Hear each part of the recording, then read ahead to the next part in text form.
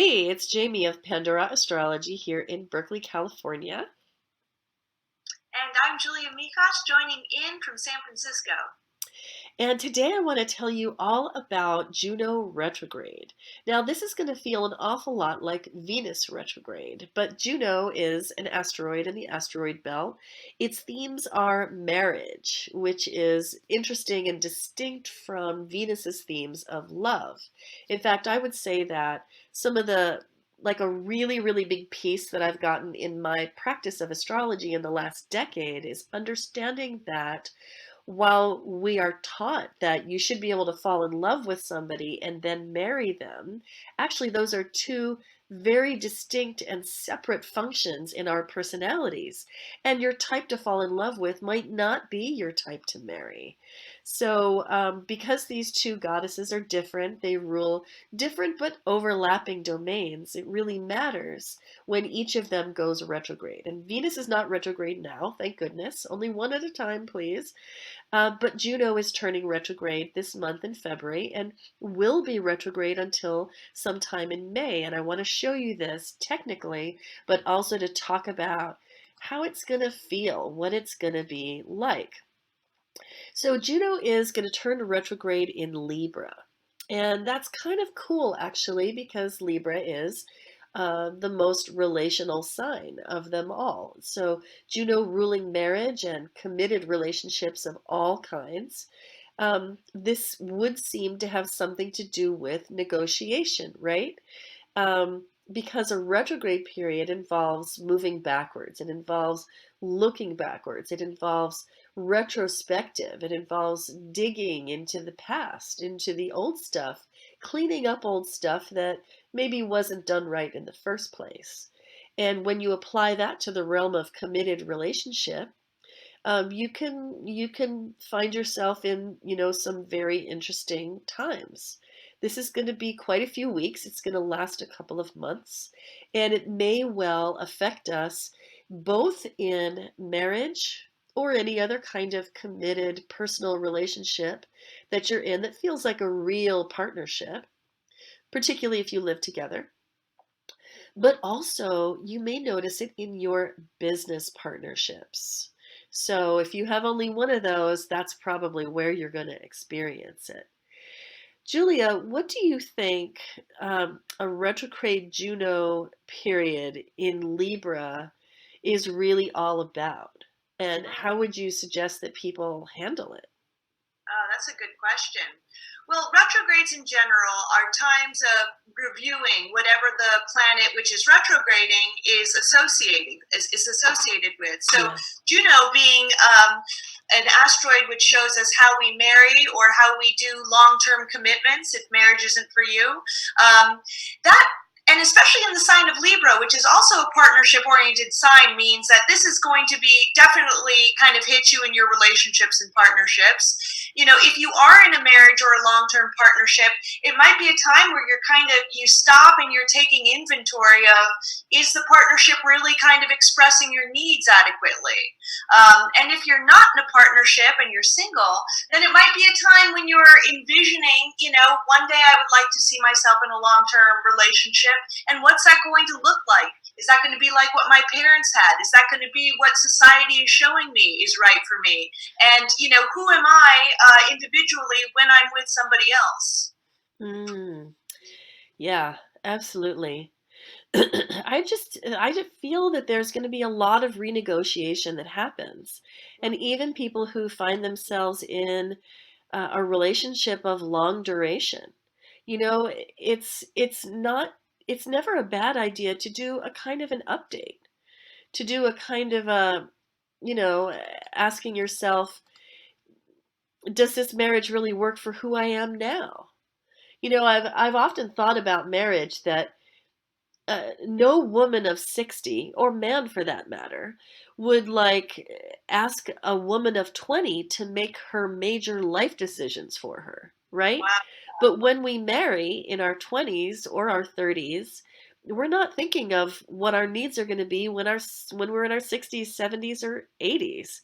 And so it's really good to update your relationship. And I think a lot of people enter into a relationship especially marital relationship, less business partnership, but marital relationship especially, with a very big set of assumptions about Mm, what marriage is, what it consists of, what betrayal consists of, what the bond is made of, and what the vow really means.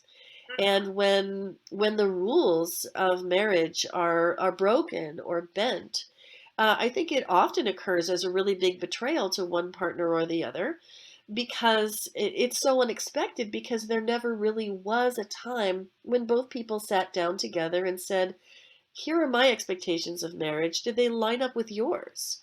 Yeah. Are they the same as yours, or are they compatible at least?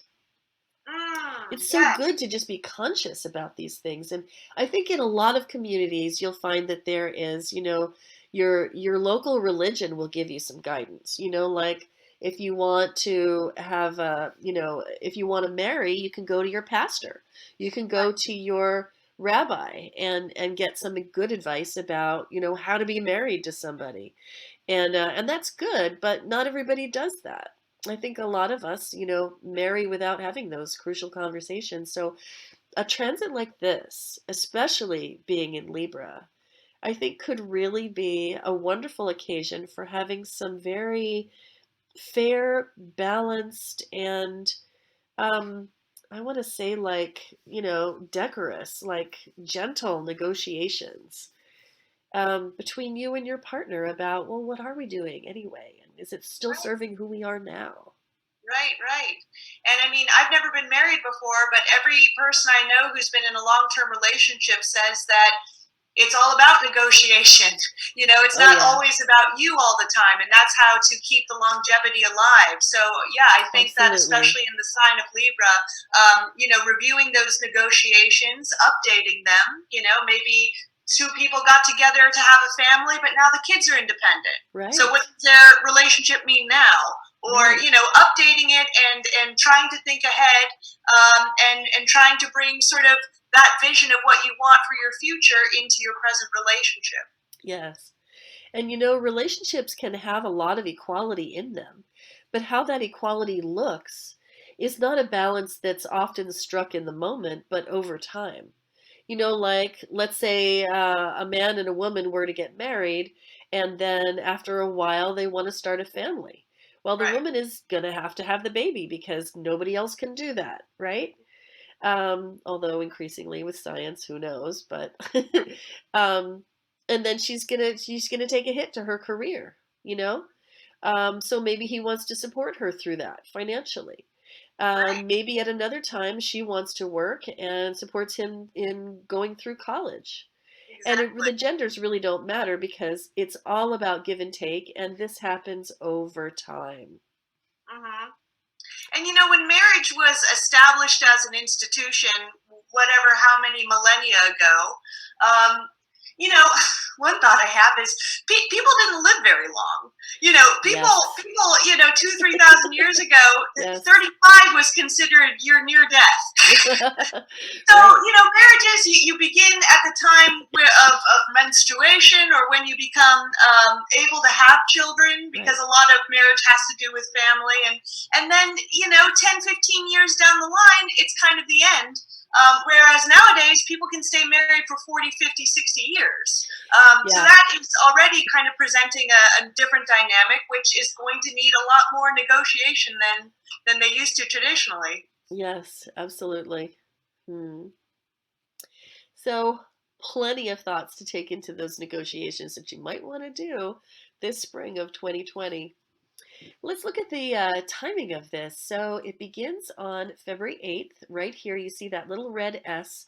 That means that Juno has stationed and turned retrograde. And then when I set this to just run, we see it began in 21 degrees of Libra. And it's going to retrograde all the way back to 5 degrees of Libra, where it's going to land on May 26th. So we're going to watch that happen. And really what that means is that that whole span between 5 degrees and I'm waiting it for it to land there. It's going to land there so soon. There. Okay. That whole span of degrees between 5 and 21 degrees of Libra If you have anything in your chart in that zone, it's going to feel this transit from Juno. And that planet in your chart may feel like it's time for a renegotiation. And especially if that is a relationship planet for you, you might really feel it. Now, not only in Libra though, but also the other cardinal signs. Aries, which is over here, Juno's going to oppose it while retrograde. Capricorn up here, Juno's going to square it, and the same with Cancer. So anything at all that you have in your chart from 5 to 21 degrees of any of those four cardinal signs is likely to feel this transit and possibly come up as a topic for negotiation in your committed partnership, whether it's a marriage, like a pleasure-based committed partnership, or a business one. Well, Julia, do you think we have anything else to say about this, or you think we kind of handled that? Yeah, I think we handled it. Oh, so fun. I love talking about this stuff. Yeah. Well, that's all we have for you today. You can find this video on our YouTube channel, Pandora Astrology, in the February News playlist 2020, February 2020. And you can continue to find more great news in our playlists on our YouTube channel. And also definitely check out your horoscope this month, which you'll find gathered into a playlist there. Check your rising sign and your sun sign. And we'll see you around the cosmos. Bye.